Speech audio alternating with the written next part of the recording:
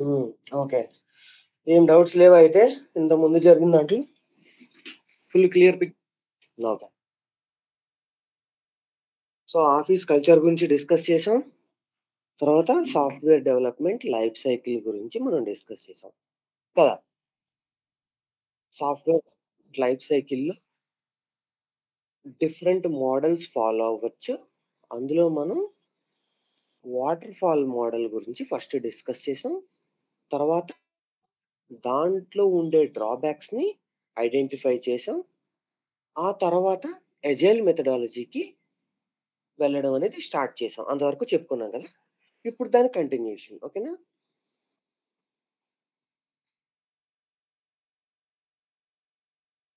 Okay. Right. Okay. Okay.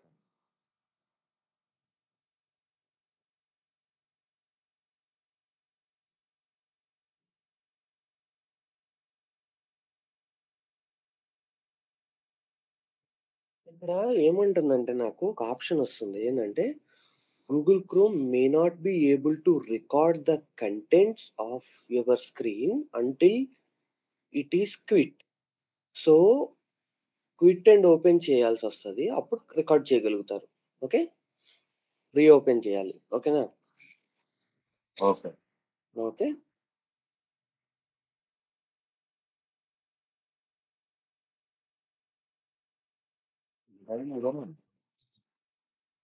English చెప్పనుండు. Recording అయితేలేండి. నువ్వు చేస్తున్నావా రికార్డింగ్?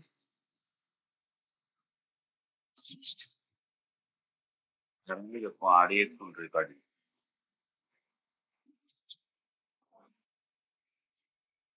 అన్నీ అనుకున్నా నువ్వు చెప్పు అంటున్నావు ఫస్ట్. ఇప్పుడు మా రికార్డింగ్ నుంచి depend is quit for record for quit అని ఒకటి ఉందంట నోటిఫికేషన్.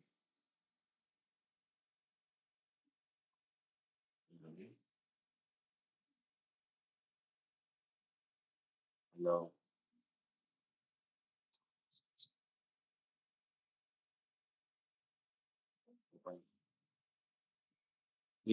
వస్తుందంట ఆయనకి.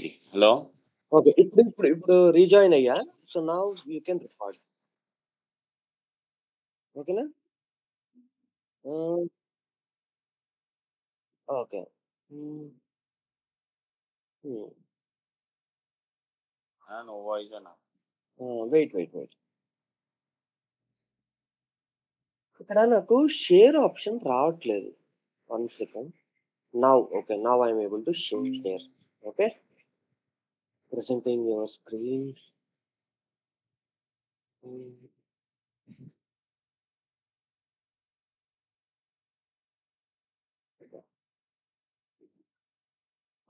ఓకే. No problem.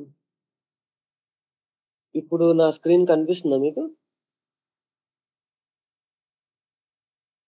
హుహు.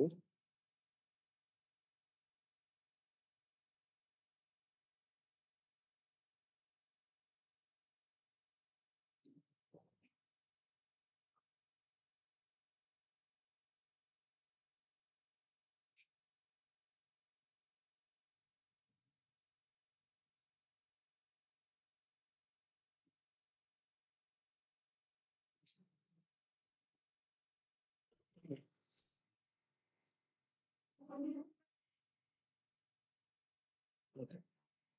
సో,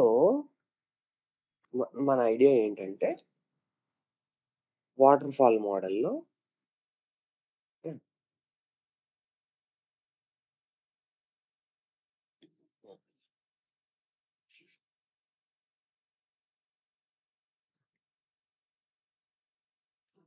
ఫాల్ మోడల్‌లో మనకి హ్మ్. హ్మ్.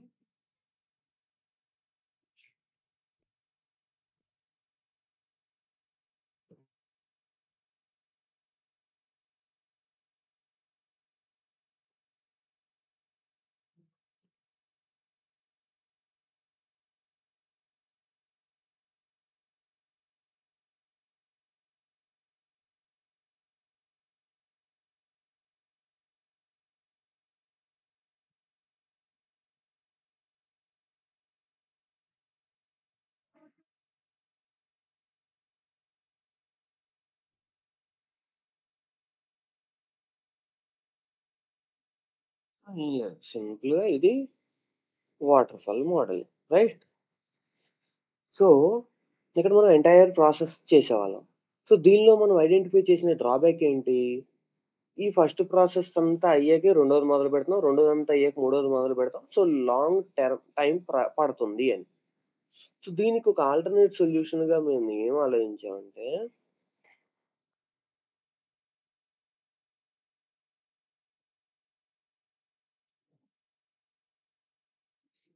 ఇప్పుడు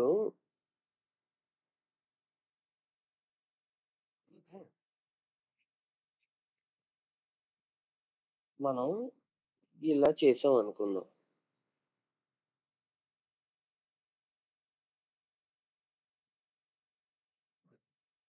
సో,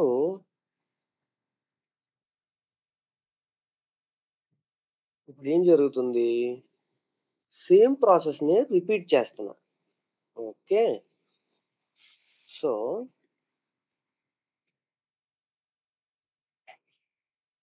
ఈ ఫస్ట్ పీస్ ఏదైతే ఉందో, ఇది సంవత్సరం పాటు చేయకుండా జస్ట్ 2 వీక్స్‌కే చేస్తున్నా.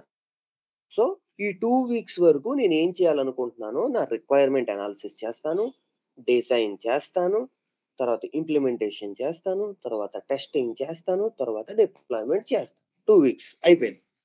సో, ఈ 2 వీక్స్ అయిపోయిన తర్వాత నేను అంటే ఈ 2 వీక్స్ లోపలే, ఈ 2 వీక్స్ లోపలే నేను క్లయింట్‌కి చూపిస్తా. నేనిది చేయాలనుకున్నాను. మీరడిగిందిది, నేను చేసిందిది, చూపించిందిది. సో, క్లయింట్ ఒకవేళ చూసిన తర్వాత ఈ 2 వీక్స్‌లో మనం చేసిన పని ఆయనకి నచ్చితే, ఓకే. వెరీ గుడ్ అంటాడు. నచ్చలేదనుకో నేనడిగింది ఇది కాదు వేరేది అంటాడు. అంటే అక్కడ ఏమైంది? 1 ఇయర్ కష్టం లేదా 2 ఇయర్స్ కష్టం. ఒకవేళ తప్పైతే మొత్తం పోయేది. అదే 2 వీక్స్ కష్టం. పోతే పోనీ మళ్ళీ 2 వీక్సే కదా! 2 వీక్స్ తర్వాత మొత్తం వాడడిగింది రాలేదనుకో, సరే ఈ 2 వీక్స్ పోతే పోయింది మళ్ళీ చేస్తాం. సో, అంటే ఇప్పుడు ఈ 1 ఇయర్ కష్టం కాస్త 2 వీక్స్‌కొచ్చేసింది కదా! సో, ఇక్కడ చాలా టైమ్ సేవ్ అయింది. ఇంకొకటి ఇప్పుడు ఆయన ఫస్ట్ మనకు క్వెషన్ ఇది అడిగాడు. ఇది చెయ్యాలి అని. అది మనం చేయలేకపోయాం. ఓకే. ఆ చేయలేకపోయి వేరేది జేసాం. ఆ వేరేది జేసినప్పుడు మనకిక్కడ ఏమైంది స్టెప్స్ రిపీట్ జేయొచ్చు. మళ్ళీ కొత్తది తీసుకొని ఇన్‌పుట్.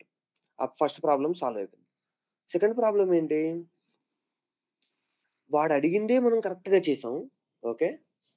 కానీ ఆ బిజినెస్ మారిపోవడం వల్ల చేంజొచ్చింది. కానీ 2 వారాల్లో బిజినెస్‌లేం మారిపోవు కదా! అర్థమవుతుందా? ఆయనకు ఒకవేళ ఈ మధ్యన మార్కెట్‌లో కొత్త ఐడియా వచ్చింది. సో, మన ప్రాసెస్‌లో దాన్ని కూడా ఇంక్లూడ్ చేద్దాం అన్నాడనుకోండి. అప్పుడేమవుతది? మెల్లగా మనం నెక్స్ట్ దాంట్లో నెక్స్ట్ స్ప్రింట్‌లో పెట్టుకుంటా మన ప్రొడక్ట్‌ని ఆ మార్కెట్ చేంజెస్‌కి అనుగుణంగా మోడిఫై చేసుకుంటూ వెళ్ళొచ్చు చివరిదాకా. అర్థమవుతుందా నేను చెప్పిన పాయింట్? యెస్. యెస్ అన్న. యెస్ అన్న. అజైల్‌కి, వాటర్ ఫాల్‌కి డిఫరెన్స్ ఏంటి? వాటర్ ఫాల్‌లో ఏ స్టెప్స్ అయితే ఉన్నాయో, అజైల్‌లో అదే స్టెప్స్ ఉంటాయి. కానీ రిపిటేటివ్‌గా పెర్ఫార్మ్ చేస్తాం. రిపిటేటివ్‌గా పెర్ఫార్మ్ చేస్తాం. సో, వాటర్ ఫాల్‌లో ఏమైంది? జస్ట్ ఇక్కడి దాకానే ఉంది. ఈ ఒక పీసే. సీ వాటర్ ఫాల్‌లో ఉన్నదానికిను అర్థమైంది కదా! వాటర్ ఫాల్‌లో ఇక్కడి దాకా ఒక్క పీస్‌నే సంవత్సరం చేస్తున్నాం. ఇప్పుడేం చేస్తున్నాం? దాన్నే మళ్ళీ మళ్ళీ రిపీట్ చేస్తున్నాం. అర్థమైందా? యెస్. యెస్. ఆ! సో, మళ్ళీ మళ్ళీ రిపీట్ చేయడం వల్ల మళ్ళీ మళ్ళీ రిపీట్ చేయడం వల్ల ఏమైంది? ఈ అడ్వాంటేజెస్ అన్నీ వచ్చాయి. ఓకే. అండ్ ఇంకొకటి మనం మాట్లాడుకున్నదేంటి? హ్మ్. సో, ఇక్కడ క్లయింట్ ఉన్నాడు. ఓకే. పక్కన డెవలప్‌మెంట్ టీమ్ ఉంది. ఓకే. ఇప్పుడు మనం ఏం చేసాం? రెగ్యులర్ క్లయింట్‌తో మీటింగ్స్ పెట్టుకోవడం వల్ల ఓకే.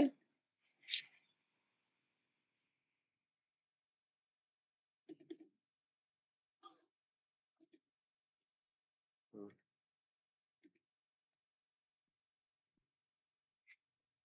ఇది క్లయింట్ అయితే ఇక్కడ మనం డెవ్ టీమ్ ఉంది. సో, క్లయింట్ ఒకసారి ఇన్‌పుట్స్ ఇచ్చి వాడి ఇంటికెళ్ళిపోయి, మనం నచ్చింది మనం తయారు చేసి, సంవత్సరం తర్వాత అప్పుడొస్తే, నేనడిగింది ఇది కాదని వీడంటే మనకు ప్రాబ్లమ్. అలా కాకుండా మన డైలీ ఇంటరాక్షన్స్‌లో వీడిని ఇన్వాల్వ్ చేయడం ద్వారా ఎజైల్ అంటే చేంజ్ అంటే కంటిన్యూయస్ చేంజ్. ఓకే. ఈరోజు ఒకటనిపించింది, రేపు ఇంకోటనిపిస్తుంది, ఎల్లుండి ఇంకోటనిపిస్తుంది. అవన్నీ ఇన్‌పుట్స్ తీసుకుంటాం. సో, దానివల్ల ఏమవుద్ది, ఇనీషియల్‌గా వీడికొక ప్లాన్ ఉండొచ్చు మైండ్‌లో.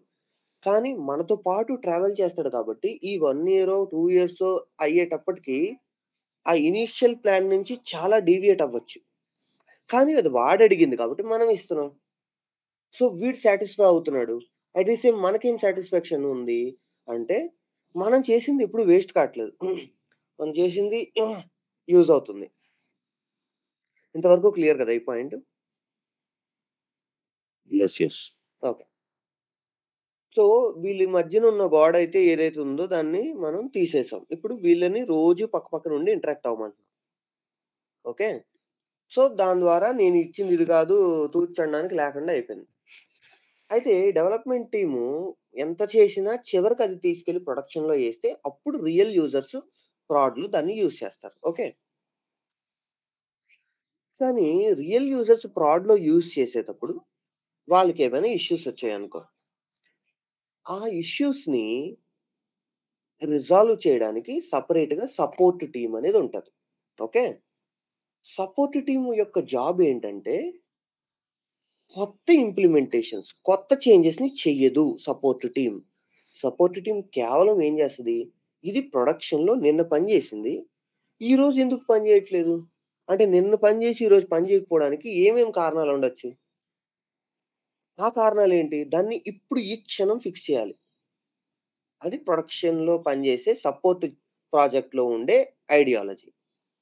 మరి నిన్న పని చేసి ఈరోజు పని చేయకపోవడానికి ఎట్లాంటి కారణాలుండొచ్చు? ఒకటి. మన సిస్టమ్ పూర్తిగా సేల్స్ ఫోర్స్ మీద ఆధారపడి ఉంది. ఫర్ ఎగ్జాంపుల్ ఇప్పుడు సేల్స్ ఫోర్సే ఔటేజ్ వచ్చిందనుకుందాం. సేల్స్ ఫోర్స్ ఔటేజ్ అంటే ఏంటి? అదొచ్చింది లేదు మనకెలా తెలుస్తది? అనొచ్చు మీరు. సో, దానికి మన దగ్గర ఏముంది?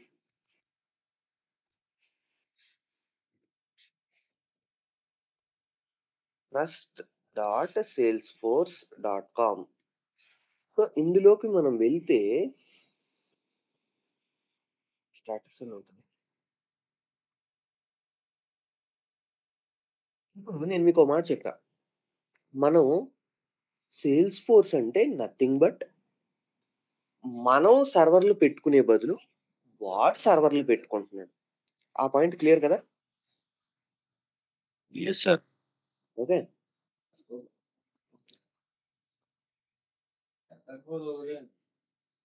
ఓకే.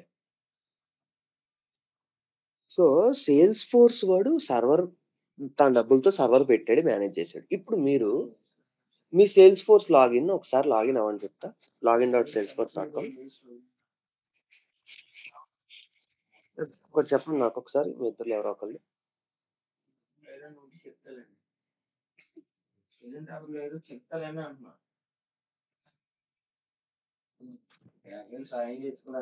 హ్మ్.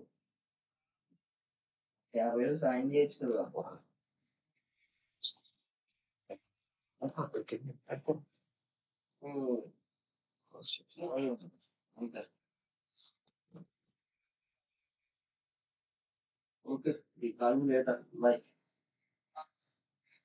Okay. So, there is this ID about to expire అంటుంది. హ్మ్. Verify your identity. Okay. 679967. Okay. Fine. Okay. So, మళ్ళీ పాస్‌వర్డ్ చేంజ్ చేయమంటుంది.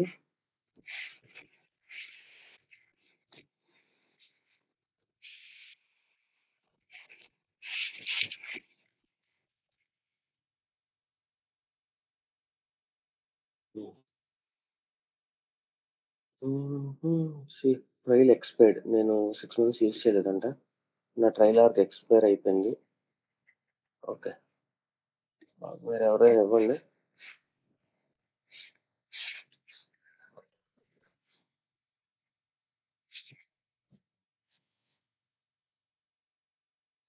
ఇద్దరిలో ఎవరో ఒకళ్ళు చెప్పండి. User name, password.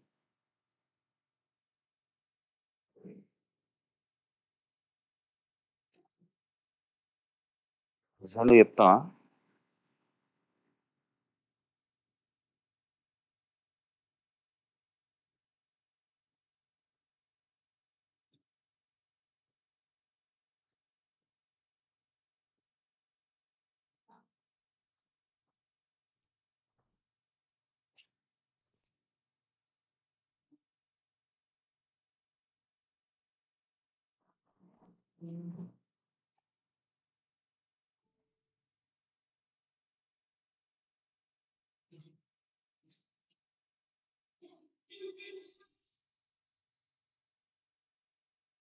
ఇది ముందు చెప్పు.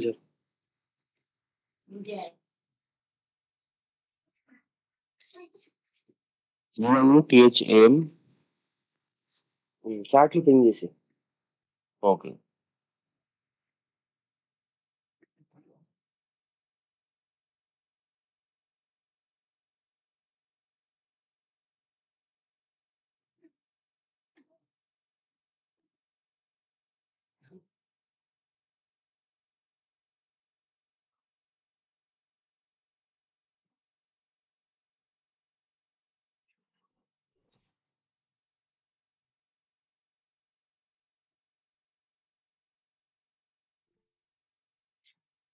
ఓకే.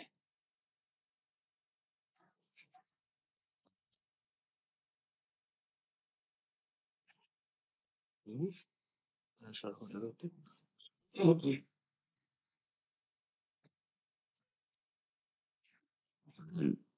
ఓకే. ఫైన్.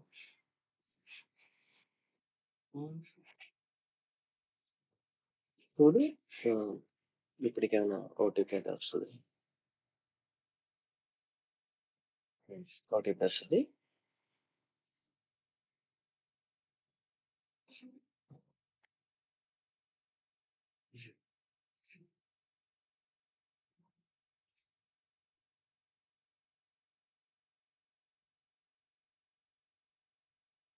చూడు, కేజీతో స్టార్ట్ అయ్యే ఈమెయిల్ ఐడీ నువ్వు ఇచ్చావు. దానికొస్తది. వెరిఫికేషన్. 78 78 27 27 67. 67. 67. ఓకే. రైట్. ఇప్పుడు మన సేల్స్ ఫోర్స్ ఆర్క్‌లోకి లాగిన్ అయిన తర్వాత ఇక్కడ లెఫ్ట్ సైడ్ కంపెనీ ప్రొఫైల్ అని ఒకటుంటది. దాంట్లోకి వెళ్తే కంపెనీ ఇన్ఫర్మేషన్ అని ఒకటుంటది. దాని మీద క్లిక్ చేస్తే కొన్ని డీటెయిల్స్ కనిపిస్తాయి. ఇక్కడ మన ఆర్గ్‌కి స్పెసిఫిక్‌గా సేల్స్‌ఫోర్స్.కామ్ ఆర్గనైజేషన్ ఐడీ అనేది ఒకటుంటది. అంటే ఇది స్పెసిఫిక్‌గా ఈ ఆర్గ్‌కి ఒక ఐడీ అన్నమాట. ఓకే. ఈ సేల్స్‌ఫోర్స్ ఆర్గ్‌కి ఒక ఐడీ ఉంటది. అంటే ఎన్ని ఆర్గ్‌లున్నా ఈ ఐడీతో మనం ఈ ఆర్గ్‌ని గుర్తుపట్టొచ్చు. ఒకటి. ఏ టైప్ ఆఫ్ ఎడిషనో ఇది క్లియర్‌గా మెన్షన్ చేస్తది. రెండోది ఇన్‌స్టెన్స్ AP26. ఇప్పుడు మనం క్లౌడ్ కంప్యూటింగ్ ఫాలో అవుతున్నాం కాబట్టి ఒక్కటే సర్వర్‌లో చాలా ఆర్గ్స్ ఉంటాయి. అవునా కాదా? Because it's a sharing model కదా! ఒకే బిల్డింగ్‌లో మల్టిపుల్ ఫ్లాట్స్ ఉన్నట్టుగా ఇక్కడ ఒకటే సర్వర్‌లో మల్టిపుల్ ఉంటాయి. అయితే అలాంటివి చాలా ఉంటాయి. ఇప్పుడు మనకి AP26 కిందకొస్తది మనది. ఇప్పుడు మన ఇన్‌స్టెన్స్ పేరు ఇక్కడికొచ్చేసి మనం AP26 కొట్టాలి. సెర్చ్ కొట్టాలి. AP26 ప్రెజెంట్ గ్రీన్‌లో టిక్ మార్క్ ఉంది. అంటే దీనికి సంబంధించి ఎటువంటి ఇష్యూస్ ఏమి లేవు. కోర్ సర్వీసెస్ పనిచేస్తున్నాయి. సేల్స్‌ఫోర్స్ చార్ట్ పనిచేస్తుంది. సెర్చ్ పనిచేస్తుంది. అనలిటిక్స్ పనిచేస్తున్నాయి. దానిలో ఇన్ని ఫీచర్స్ అన్నీ పనిచేస్తున్నాయి. ఏ ఫీచర్‌కి ఇబ్బంది లేదు. అన్నీ పర్ఫెక్ట్‌గా పనిచేస్తున్నాయి. ఓకే. ఒకవేళ ఇది తేడా వచ్చిందనుకో, ఫర్ ఎగ్జాంపుల్ ఇప్పుడు రైట్ నౌ ఇన్సిడెంట్స్ అని చెప్పి చూపిస్తున్నాడు. ఏమని? ఇన్‌స్టెన్సెస్ CS132, CS133, CS384 ఇట్లా కొన్ని చూపిస్తాడు మనకి. చూడండి. ఈ సర్వర్స్‌లో ఉన్న ఆర్గ్స్ ఏవైతే ఉన్నాయో, అవి కోర్ సర్వీసెస్ ఇంపాక్ట్ అయిపోయాయి. అవి పని చేయట్లేదు రైట్ నౌ. సో, ఇప్పుడు నిన్న పని చేసింది ఈరోజు పని చేయకపోవడానికి కారణం ఏంటంటే, మనం ఏం చేయలేదు. మనదంతా నార్మల్‌గే ఉంది. కానీ సేల్స్ ఫోర్స్ సర్వర్ ప్రాబ్లమ్ వచ్చేసింది. అప్పుడు మనం ఈ స్క్రీన్ షాట్ తీసి క్లయింట్‌కి పంపేస్తే సరిపోదు. మనం చేయాల్సింది ఏమీ లేదు. చేయగలిగింది కూడా ఏమీ లేదు. అదెప్పుడు రిజాల్వ్ అయితే, అప్పుడు మళ్ళీ అదయిపోయింది చూసుకోండి అని చెప్పాలి. ఇది ఒక రకమైన ప్రాబ్లమ్. దానికి ఇది సొల్యూషన్. సపోర్ట్ ప్రాజెక్ట్‌లో ఇట్లాంటివుంటాయన్నమాట. అంటే నిన్నటి వరకు పని చేసింది, ఈరోజు పని చేయకపోవడానికి చాలా కారణాలుంటాయి. అందులో ఇదొక కారణం. క్లియరా ఇంతవరకు?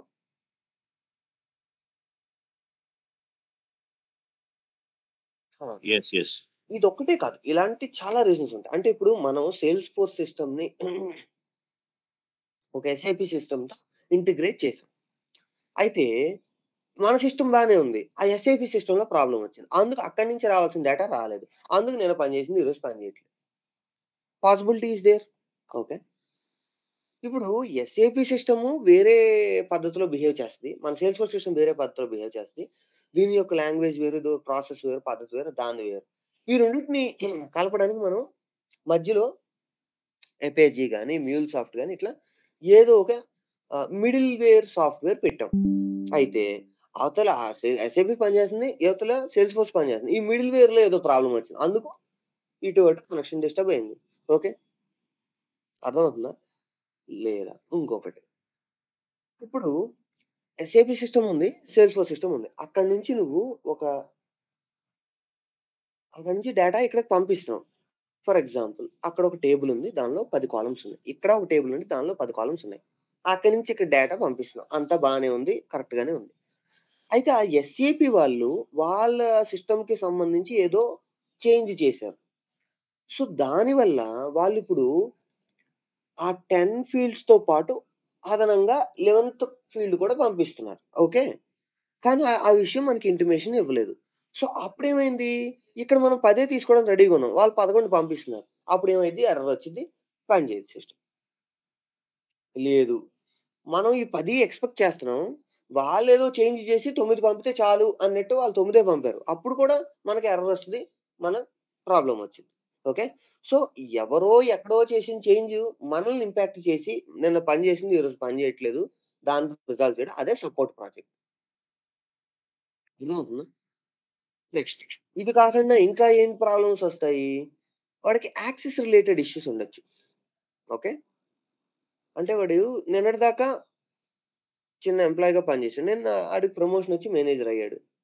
ఇప్పుడు ఆడికి మేనేజర్ తగ్గట్టుగా యాక్సెస్ ఇవ్వాలి. సో, అదొక రిక్వెస్ట్‌గా పంపిస్తారు. అప్పుడు మనం ఆ రిక్వెస్ట్ ఫుల్‌ఫిల్ చేస్తూ వాడికి ప్రొఫైల్ చేంజ్ చేయడమో, లేకపోతే అదనంగా కొన్ని పర్మిషన్ సెట్స్ యాడ్ చేయడమో చేస్తాం. సో దట్ వాడికి కొత్త యాక్సెస్ వస్తది. లేదు ఒక ఆహ్, ఎంప్లాయీ కంపెనీ నుంచి ఎళ్ళిపోయాడు బయటికి. అప్పుడు మనం ఆయన అకౌంట్ డీయాక్టివేట్ చేయడం అట్లాంటివుంటాయి. సో, యూజర్ యాక్సెస్‌కి సంబంధించిన ఇష్యూస్ ఉంటాయి. ఇంటిగ్రేషన్‌కి సంబంధించిన ఇష్యూస్ ఉంటాయి. నెక్స్ట్ ప్లాట్‌ఫార్మ్‌కి సంబంధించిన ఇష్యూస్ ఉంటాయి. ఇవి ఏవి కాలేదు. ఓకే. ఇంకో రకమైన ఇష్యూస్ కూడా ఉంటాయి. ఎట్లాంటి ఇష్యూస్ అంటే, ఇప్పుడు మన సేల్స్ ఫోర్స్ సిస్టమ్‌లోనే సపోర్ట్‌లో మనం పని చేస్తున్నాం అనుకోండి. వేరే టీమ్ డెవలప్‌మెంట్ పని చేస్తుంది అనుకోండి. ఇప్పుడు ఆ డెవలప్‌మెంట్ టీమ్ వాళ్ళు ఎగ్జిస్టింగ్ ఫీచర్స్ ఓకే. అట్లానే ఉన్నాయి. బానే ఉంది. ఒక కొత్త ఫీచర్‌ని ఇంక్లూడ్ చేయాలనుకుంటున్నారు మన సిస్టమ్‌లో. దాని కోసం వాళ్ళు కోడ్ రాసారు. కాన్ఫిగరేషన్ చేశారు. మొత్తానికి వాళ్ళు కొత్త ఫీచర్స్‌ని డిప్లాయ్ చేశారు ప్రొడక్షన్‌లో. ఆ కొత్త ఫీచర్ యాడ్ చేయడం వల్ల ఏ పాతదో పనిచేయడం మానేసింది. ఓకే. ఆ ఇష్యూ వచ్చింది. సో, అట్లా డిప్లాయ్‌మెంట్ వల్ల కూడా ఇష్యూస్ రావచ్చు. అంటే మనం చేసే డిప్లాయ్‌మెంట్ వల్ల ఇష్యూస్ రావచ్చు. లేదా సేల్స్ ఫోర్స్ చేసే డిప్లాయ్‌మెంట్ వల్ల ఇష్యూస్ రావచ్చు. అంటే ఇప్పుడు సేల్స్ ఫోర్స్ మనకి summer release, winter release, spring release అని రిలీజ్‌లు ఇస్తుంది గదా! సో, ఇప్పుడు నిన్నటిదాకా మనం సమ్మర్ రిలీజ్‌లో ఉన్నాం. అన్నీ బానే పనిచేస్తున్నాయి. ఇప్పుడు సేల్స్ ఫోర్స్ సమ్మర్ రిలీజ్ అయిపోయింది. స్ప్రింగ్ రిలీజ్ ఇస్తానంది. ఆ సేల్స్ ఫోర్స్ స్ప్రింగ్ రిలీజ్ ఇవ్వడం వల్ల మనం ఎగ్జిస్టింగ్ ఫంక్షనాలిటీ ఎఫెక్ట్ అయింది. అందుకు నిన్న పని చేసింది ఈరోజు పని చేయట్లేదు. సో, ఇట్లా కొన్ని రీజన్స్ ఉంటాయి. వాటికి మనం సొల్యూషన్స్ ఫిగర్ ఔట్ చేస్తాం. ఇవన్నీ నార్మల్‌గా ఎక్కువగా వచ్చే ఇష్యూస్. ఇవి కాకుండా వెరీ స్పెసిఫిక్‌గా, రేర్‌గా వచ్చే ఇష్యూ ఏంటంటే, కోడ్‌లోనే మిస్టేక్ ఉంది. లేకపోతే కోడ్‌లోనే ఆ ఫంక్షనాలిటీ టెస్ట్ చేయలేదు వాళ్ళు. ఇన్ని రోజులు ఆ ప్రాబ్లమ్ ఎప్పటినుంచో ఉంది కానీ ఎవడు చూసుకోలేదు. ఈరోజు బయటపడిందది. అట్లాంటి ఇష్యూస్ కూడా ఉంటాయి. అప్పుడు కోడ్ లెవెల్ ఫిక్సింగ్ అనేది చేస్తారు. సో, ఇదంతా ఏంటి సపోర్ట్‌కి సంబంధించిన యాక్టివిటీ. సో, నేను మీకు చూపించిందేంటి అంటే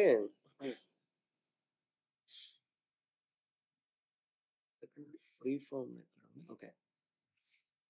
సో, ఈ క్లయింట్ అనేవాడు డెవలప్‌మెంట్ టీమ్‌తో కంటిన్యూయస్ ఇంటరాక్షన్ చేస్తూ ఆ ప్రొడక్ట్‌ని తనకు నచ్చినట్టుగా మలుచుకున్నాడు. ఓకే.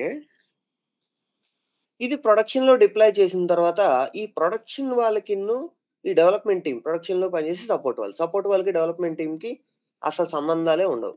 వీడి దారి వీడిది, వీడి దారి వీడిది. సో, దీనివల్ల ఏమవుతుంది, ఈ ప్రొడక్షన్‌లో మనం రియల్ టైమ్‌లో ఎట్లాంటి ప్రాబ్లమ్స్ ఫేస్ చేస్తున్నాం అని చెప్పి, వీడికి పంపించి, మళ్ళీ వీడి చేత తయారు చేపించుకొని, మళ్ళీ ఇది ఇక్కడికి పంపించి ఇట్లా చేస్తాం. సో, అజైల్ మెథడాలజీలో ఏం చేసామంటే, ఈ మూడింటికి మధ్యన గాడుంది. ఓకే.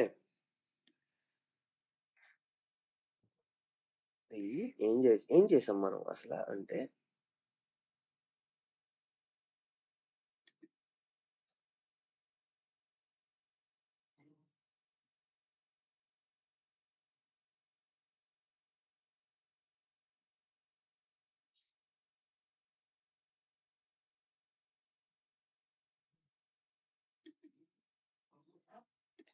ఇది గోడ అనుకోండి కొంసేపు. ఓకే.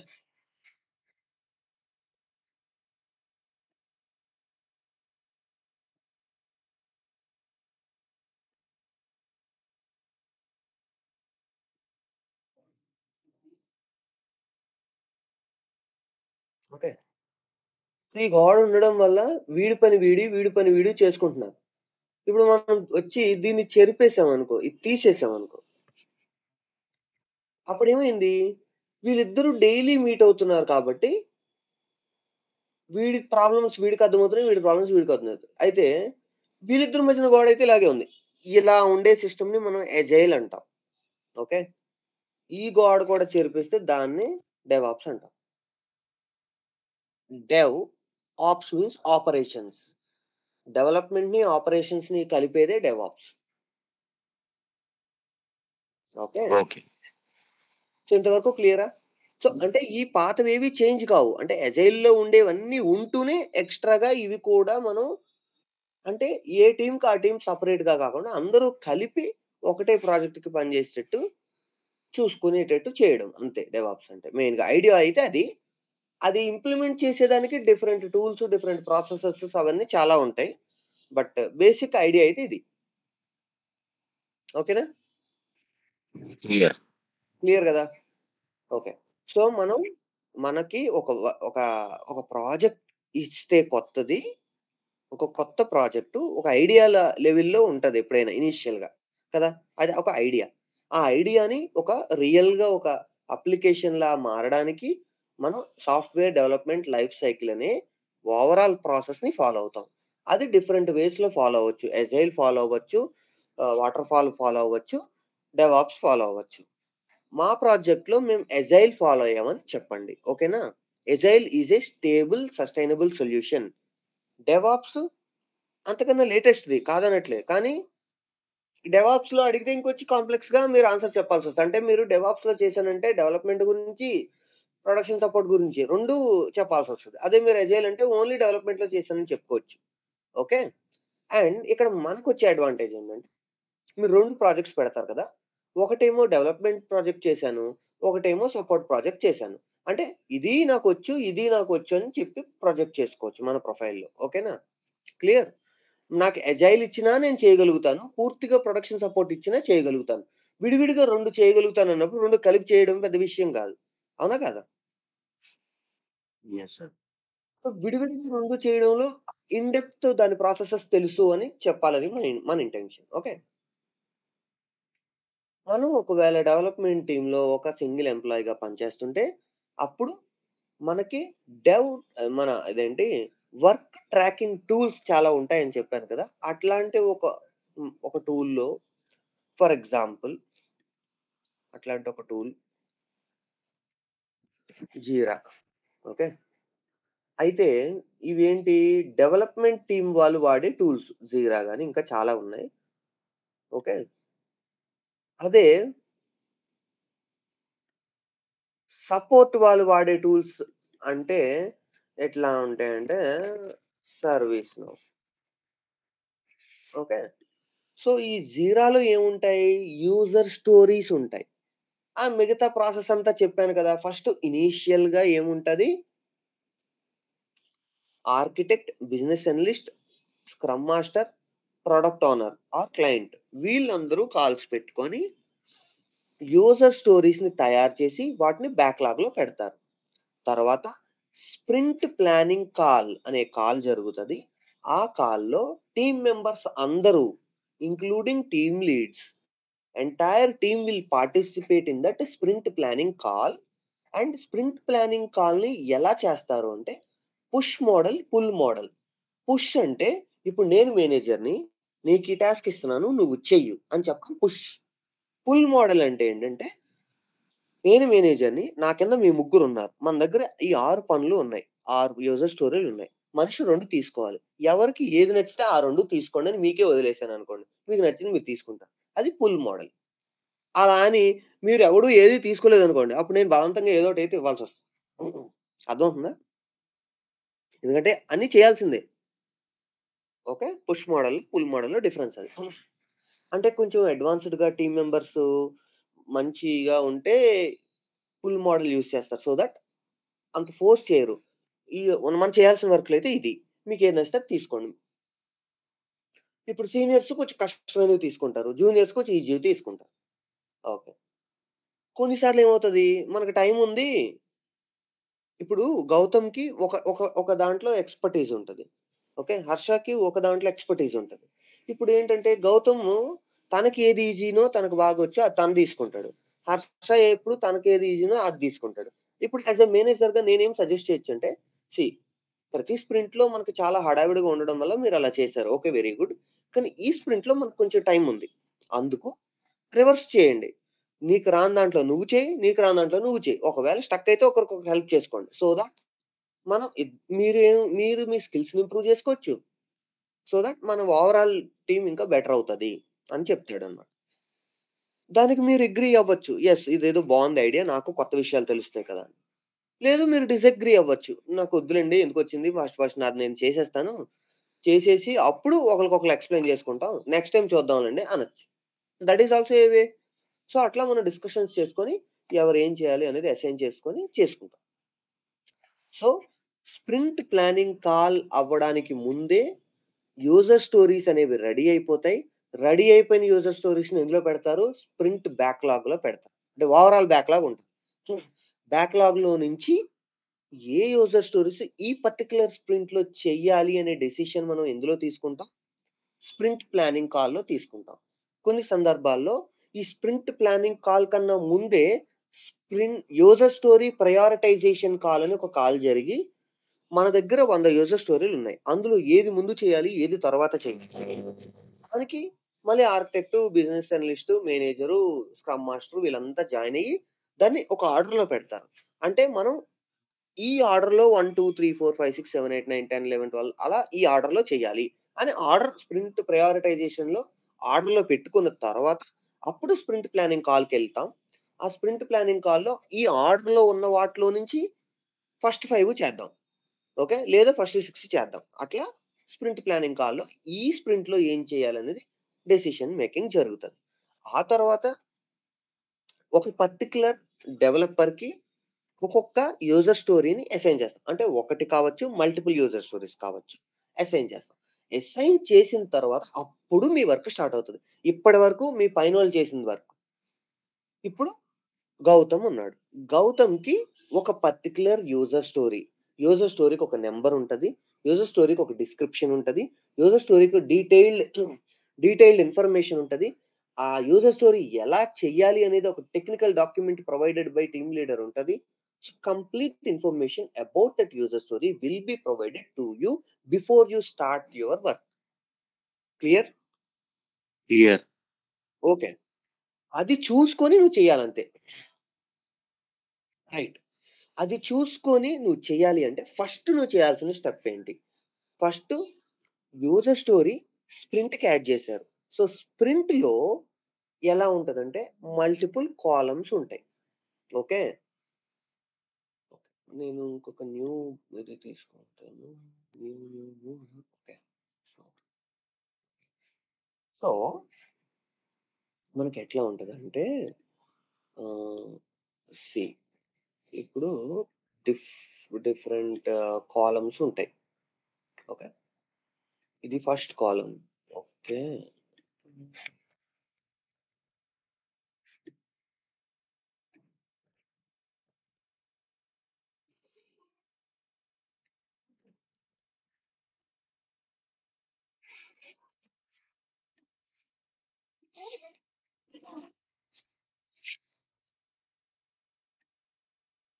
సో, ఫస్ట్‌దొచ్చేసి మనకి ఇది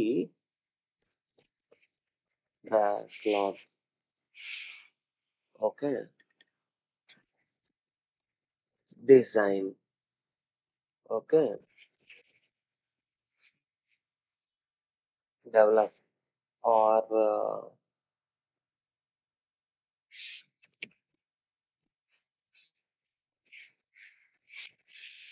డెవ్ ఇన్ ప్రోగ్రెస్. తర్వాత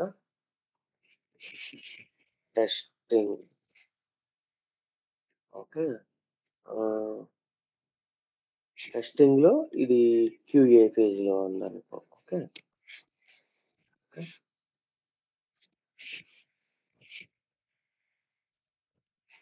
యూఏటీ ఫేజ్‌లో ఉంది. Okay. Right.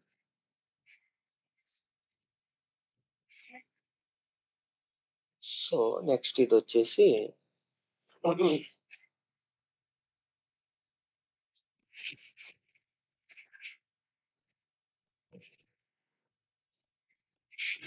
Ready for deployment.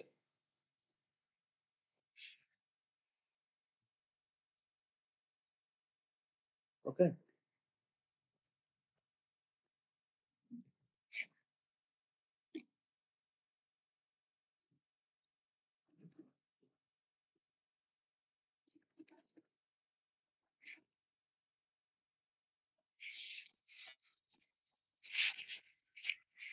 Okay. Fine. So, బ్యాక్‌లాగ్‌లో ఉన్న దానికి ఇక్కడ ఇవేంటంటే మన ఇప్పుడు సేల్స్ ఫోర్స్‌లో ఒక ఫీల్డ్ ఉంది. పిక్ లిస్ట్ ఉంది. పిక్ లిస్ట్ ఫీల్డ్‌కి మీరు మార్చుకోవచ్చు కదా! వాల్యూస్.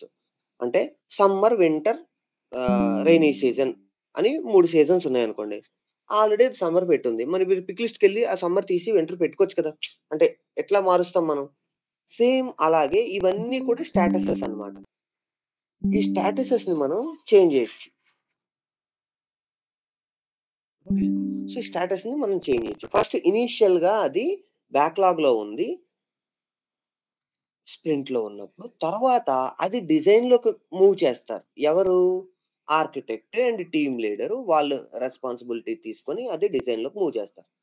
సో, డిజైన్‌లో ఉన్నదాన్ని ఓకే. డెవ్ ఇన్ ప్రోగ్రెస్‌కి తీసుకోవాలి. ఫస్ట్ మనం ఈ స్టేటస్ చేంజ్ చేసి అప్పుడు వర్క్ మొదలుపెట్టాలి. ఓకేనా? సో, మీరు ఈ స్టేటస్‌లు చేంజ్ చేయకుండా వర్క్ చేసేస్తే ఎవరికీ తెలీదు మీరు చేశారని. సో, డిజైన్‌లో ఉన్న దానిలో జస్ట్ ఈ టాస్క్ గౌతమ్‌కి అసైన్ చేస్తున్నా. ఈ టాస్క్ రమేష్‌కి అసైన్ చేస్తున్నా. ఈ టాస్క్ సురేష్‌కి అసైన్ చేస్తున్నా అని పేర్లిచ్చేస్తారు. ఓకే.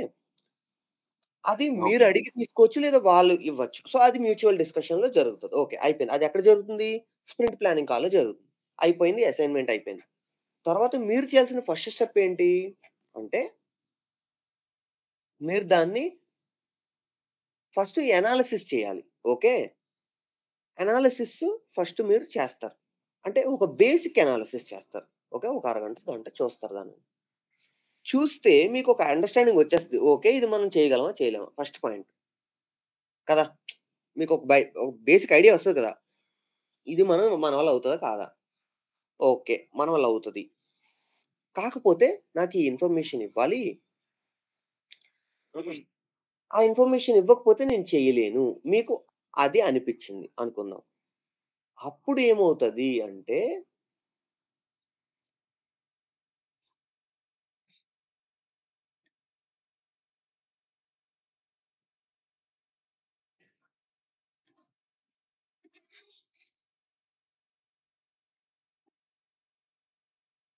ఆ ఇన్ఫర్మేషన్ ఇస్తే తప్ప నేను చేయలేను అని.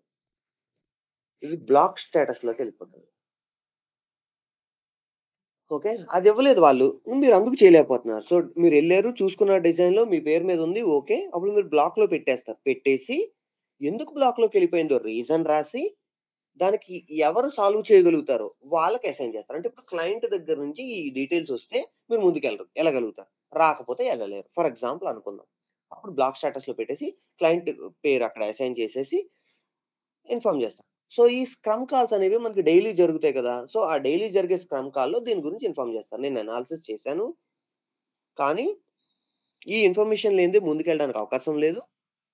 అందుకని ఇది బ్లాక్ స్టేటస్‌లో పెట్టి మళ్ళీ క్లయింట్‌కి అసైన్ చేశాను. ఆ ఇన్ఫర్మేషన్ ఇస్తే ముందుకెళ్తాను. ఓకే. అది బానే ఉంది. అయితే జనరల్‌గా ఇట్లాంటి పరిస్థితి చాలా తక్కువగా వస్తది. ఎందుకంటే వాళ్ళకి తెలుసు కదా! ఆల్రెడీ ఈ ఇన్ఫర్మేషన్. సో, అట్లాంటప్పుడు వాళ్ళు జనరల్‌గా మీకు అసైనే చేయరు. వాళ్ళకి ముందే తెలిసిపోతాయి. ఇది బ్లాక్ అయిపోద్ది. ఎట్లైనా అవ్వదు అని తెలిసిపోతే, వాళ్ళు ముందే మీకు అట్లాంటివి ఇవ్వరు. ఓకే. ఒకవేళ వాళ్ళు మిస్ అయినా గాని మీరు అనాలిసిస్‌లో మీకు తెలిస్తే అప్పుడైనా చెప్పొచ్చు. లేదు సరే. మీకో టాస్క్ ఇచ్చారు. మీరు దాన్ని చూస్తే అనాలిసిస్ చేస్తే మీకు సరిగ్గా అర్థం కాలేదు. ఏం చేయాలి? ఎట్లా చేయాలి? అప్పుడు మీరేం చేయాలి? ఫస్ట్ స్టెప్ మీరు మీ టీమ్ లీడర్‌ని అడగాలి. ఏమని? "Can you please elaborate me in detail what I need to do in in this requirement" అని. వాడు ఇప్పుడు క్లియర్‌గా ఇది మన రిక్వైర్మెంట్. దీన్ని మనం ఇట్లా చేయాలి. ఇది ఇది అని చెప్తాడు. టీమ్ లీడర్ చెప్పినప్పుడు మీకు అర్థమైంది. ఓకే. ఫైన్. చేసేస్తారు. టీమ్ లీడర్ చెప్పినప్పుడు మీకు అది అర్థమైంది. టెక్నికల్‌గా ఎలా చేయాలో తెలిసిపోయింది. చేసేస్తారు. ఓకే. బానే ఉంది. ఇప్పుడు మీకు యాక్చువల్‌గా అది టెక్నికల్‌గా ఎలా చేయాలో తెలుసు. కానీ దాని యొక్క బిజినెస్ ఫంక్షనాలిటీ మీకు అర్థం కావట్లేదు.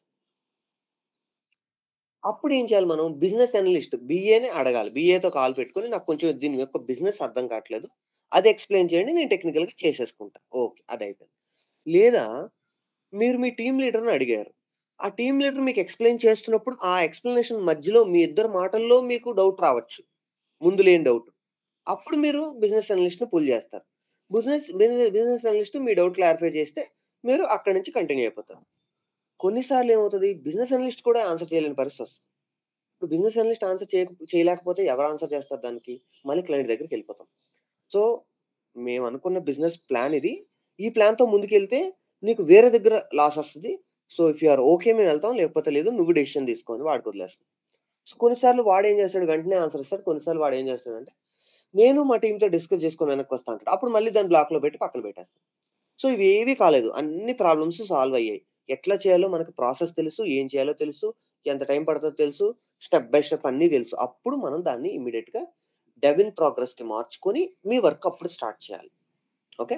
డెవ్ ఇన్ ప్రోగ్రెస్‌కి మార్చుకొని మీరు వర్క్ స్టార్ట్ చేయాలి.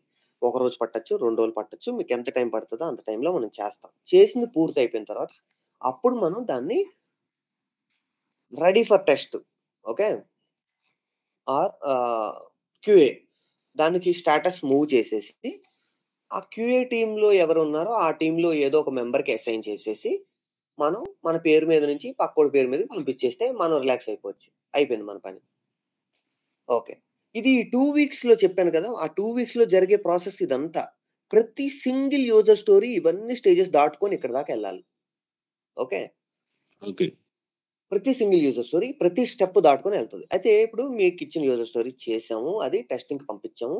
టెస్టింగ్ చేసి వాడు ఇది తప్పు మేము అనుకున్నట్టు లేదు.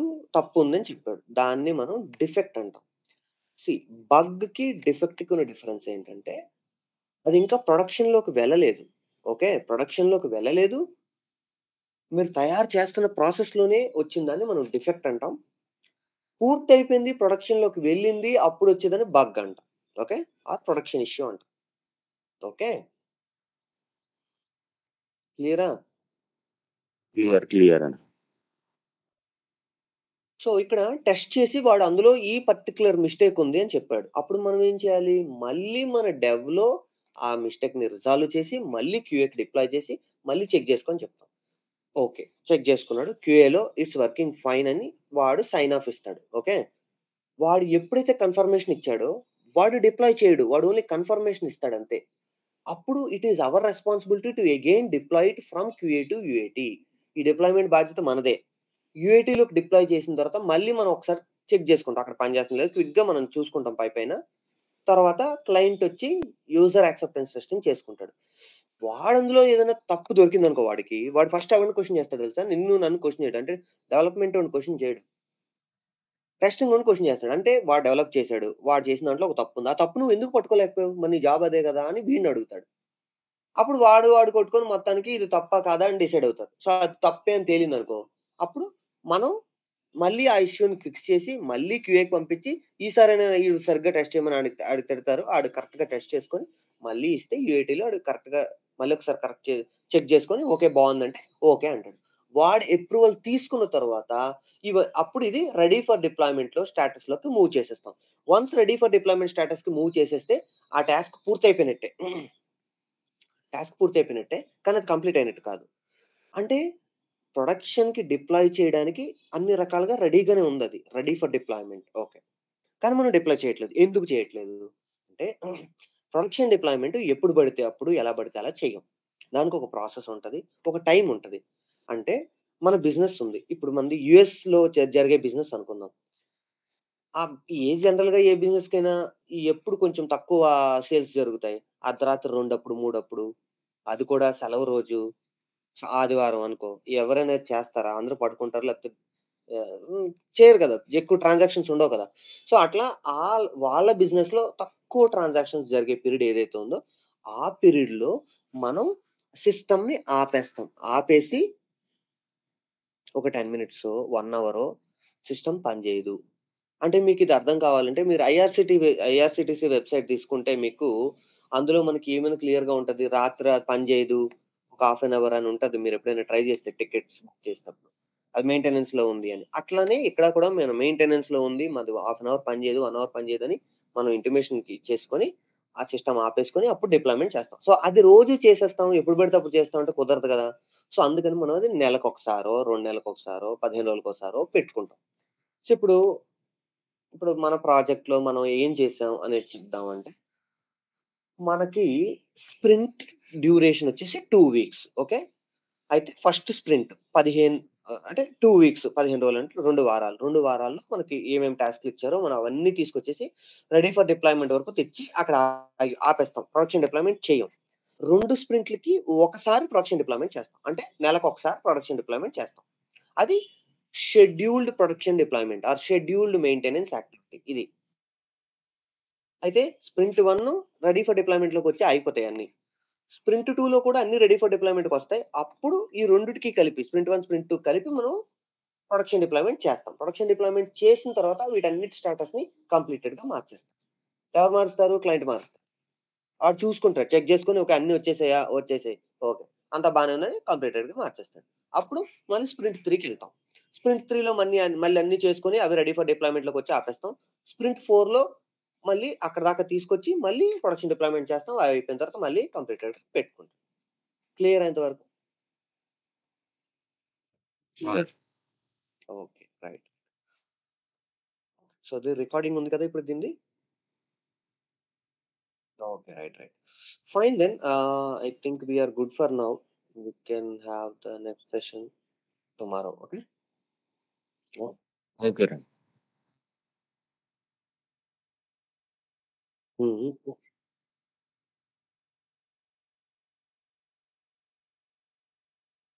ఆ!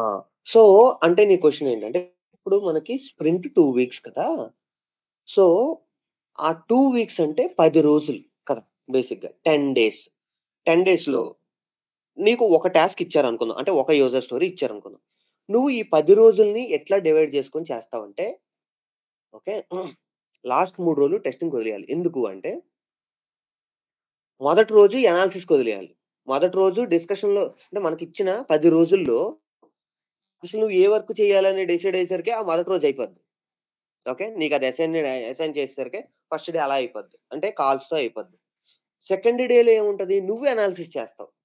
సెకండ్ డే నీకు అర్థమవుతది. అసలు నువ్వు చేయగలవా? చేయలేవా? అని. అప్పటికి రెండో రోజు అయిపోయింది. ఓకేనా?